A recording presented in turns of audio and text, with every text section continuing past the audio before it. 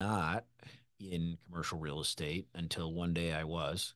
And to Dave's point, it is a unique and different than usual story. The original developer and person that put a lot of time and energy into making the concept of the Legacy Hotel in Medina possible, his name's Jim Gershbacher, got this Oh, project yeah. to that name. Yeah. How about that? Right? Small world. So Jim's a Medina guy too. And Jim, he's older now, probably close to 80, if not 80. And I know Troy. he's an investor in our project and a good friend and a Okay. partner of mine on a handful Yeah. of things. He Yeah. seems to be a great guy. Yeah. Yeah. He seems to be a great He, guy. he's the nephew of Yeah. Jim. Yeah. That's right. Okay. That's right. Um, in any case, the Jim came to me and said, "Hey, I've never raised money for a project like this, and I've got a company called Autonomy Capital that's in the process of raising money for a variety of different deals, and we raise money for things. I didn't mention it before, but so Jim came to me and said, "Hey, never raised money in this kind of way. I've always been two or three partners throw money into an LLC and we do a deal, but we've got to raise $8 or $10 million, and this is a complex deal, and I'm not really."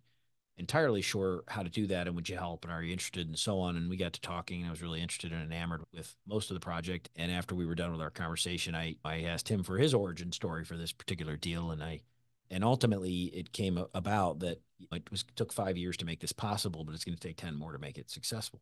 And Jim's close to 80 if not 80 years old, and he said if somebody buy it I'd sell it, and that was all I needed to hear. So that's how you got into commercial real So estate. that's how I got into the hotel business. I acquired the rights to the project. I acquired the property from Jim. He stayed on and been a great advisor to us. But yeah, and then we've manipulated the project a little bit to do a little more than it was going to originally do with event space. And there's 4 or 5 different points of food and beverage points of sale and so on.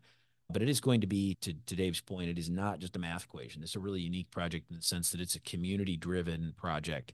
That isn't to say there isn't any good math, because it certainly has to be to generate activity from investors and confidence from a bank and everything else, especially in an interest rate environment where your returns have to be better than they may have had to be over the last few years in order Yeah. to commit the same kind of return. So it's a good math equation.